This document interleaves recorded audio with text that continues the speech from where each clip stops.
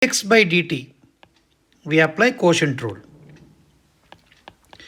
Dx by dt will give you how much? Denominator function into derivative of numerator minus numerator into derivative of denominator divided by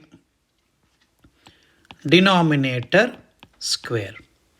If we simplify, what we get? 1 plus t minus, we get minus times of 1 plus t, minus times of 1 minus t, whole divided by 1 plus t whole square, which resultant you will get minus 2 by 1 plus t whole square. This is dx by dt, we got it. Now we calculate dy by dt. Y is equal to 2t by 1 plus t. So dy by dt will give you same way 1 plus t into derivative of numerator minus numerator into derivative of denominator by denominator square, 1 plus t whole square. This will result as 2 into 1 plus t minus 2t divided by 1 plus t whole square.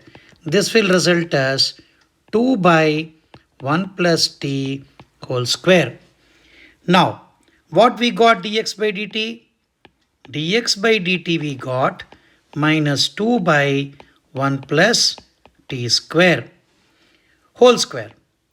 Now from this, dy by dx is dy by dt whole divided by dx by dt. So we get minus 1 when we divide it. So d2y by dx square is nothing but d by dx of minus 1, which is equal to 0. So you can see option A is correct.